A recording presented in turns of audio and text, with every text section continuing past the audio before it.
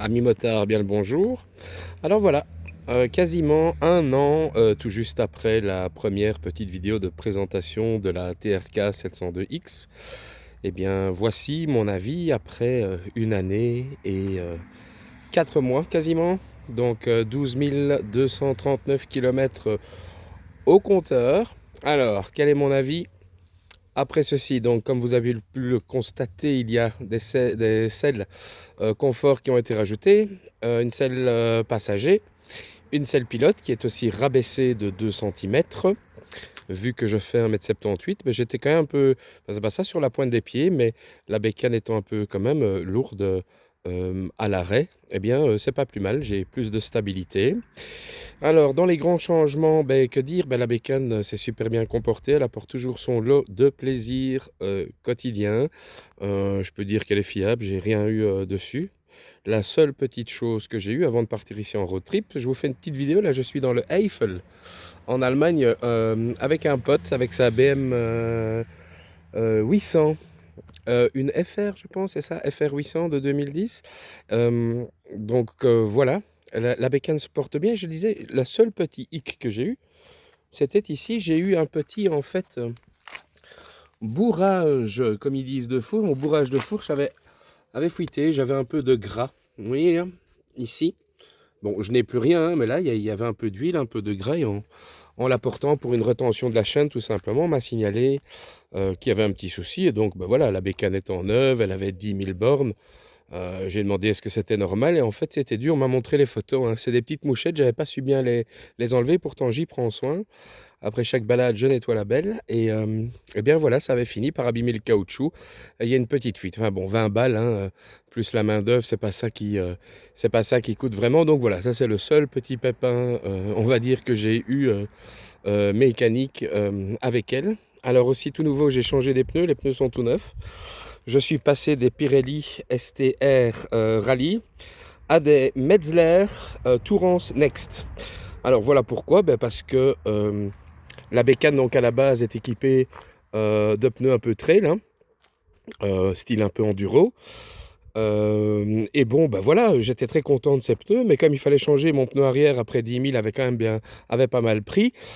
10% d'off-road, je me dis c'est très bien, et à part passer dans des chemins de remembrement et parfois dans des tout petits chemins de terre, mais c'est très rare, ben voilà, ma bécane c'est pratiquement des nationales de la route, et donc j'ai opté pour ces pneus-là. Ça change complètement le comportement de la moto. Donc voilà, ça tient, je dirais que ça tient mieux. C'est des pneus plus typés route, donc ça c'est un fait. Mais surtout, j'ai quand même diminué, et notamment une belle petite diminution de 0,5 litres au 100.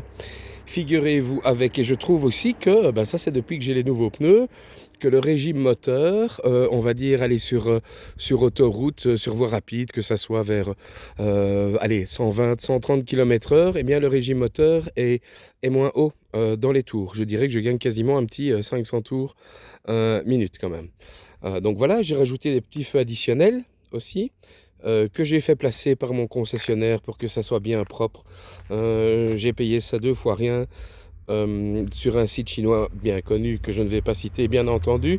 Mais voilà, pour 34 balles, elles font le taf. Et pourquoi est-ce que je ne les ai pas mises ici, comme beaucoup en mettent? Mais tout simplement parce que moi, mes phares éclairent très bien, les feux LED là, éclairent très bien la nuit et voient loin. Le problème sur les petits chemins de campagne et tout ça, je trouvais que c'est au niveau du bas de la route, hein, il y a certaines bordures et tout ça qu'on ne voit pas bien quand on est en virage. Et là, ça m'apporte tout le confort et la sécurité nécessaire pour pouvoir rouler sereinement.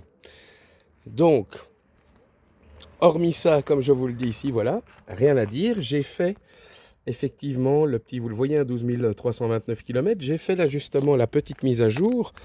Aussi, je l'ai fait manuellement, hein.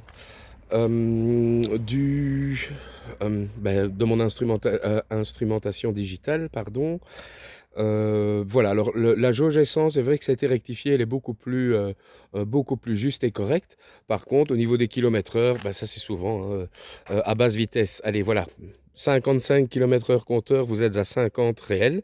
Et ça augmente. Et donc voilà, hein, quand vous êtes à 130 km/h sur le compteur ici de la moto, bah, en fait, vous êtes à un petit 120, hein, il y a un petit 10, et puis ça peut monter jusqu'à 15 km/h, comme ça.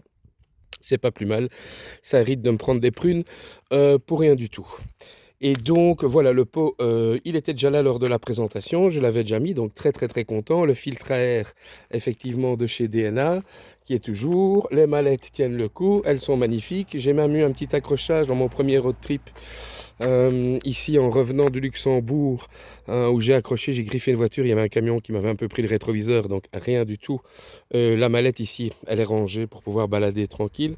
Vraiment rien à dire. Et donc pour le modèle 2025, modèle 2025, la TRK chez Benelli l'ont équipé d'office de la selle chauffante, des poignées chauffantes.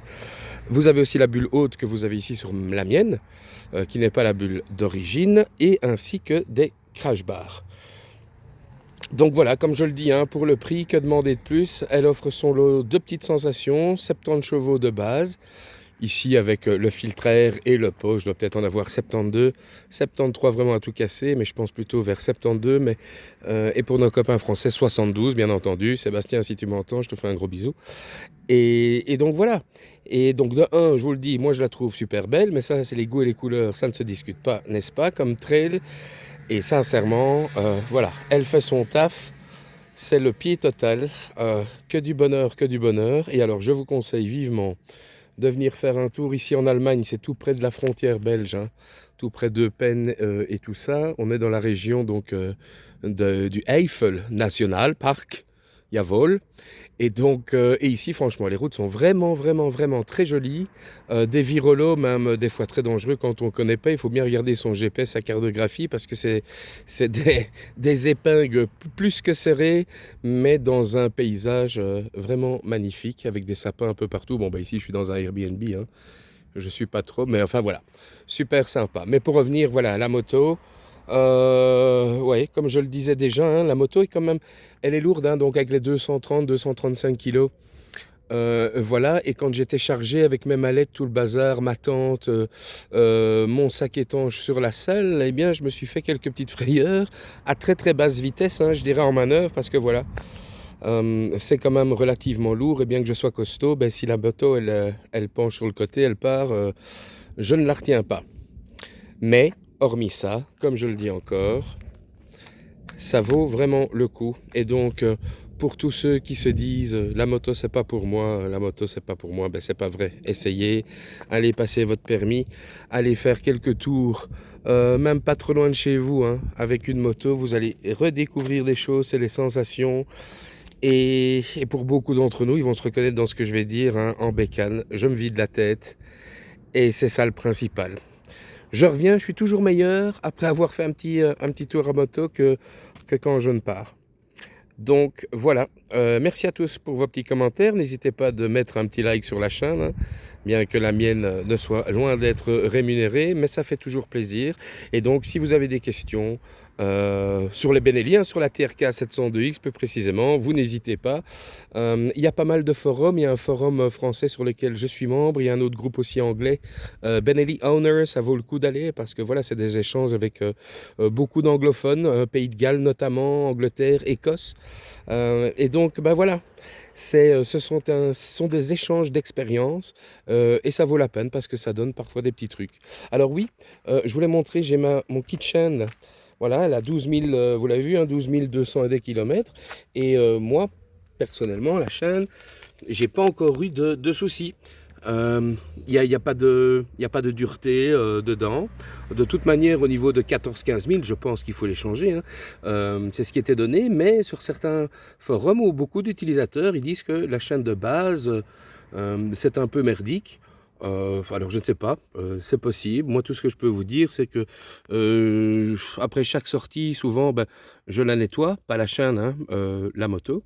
C'est pas le cas ici en Allemagne, mais du W40, hein, W40 nettoyant en chaîne et W40 que vous voyez là, elle est encore un peu blanche dessus, pour pouvoir graisser la chaîne. Et c'est tout. Alors oui, la petite prise ici, hein, que j'ai rajoutée, la petite prise SAE. Toujours bien utile pour pouvoir brancher quelque chose en plus. Parce que n'oubliez pas quand même sur cette moto, vous avez l'USB-C et l'USB quand même A, hein, donc c'est quand même sympa.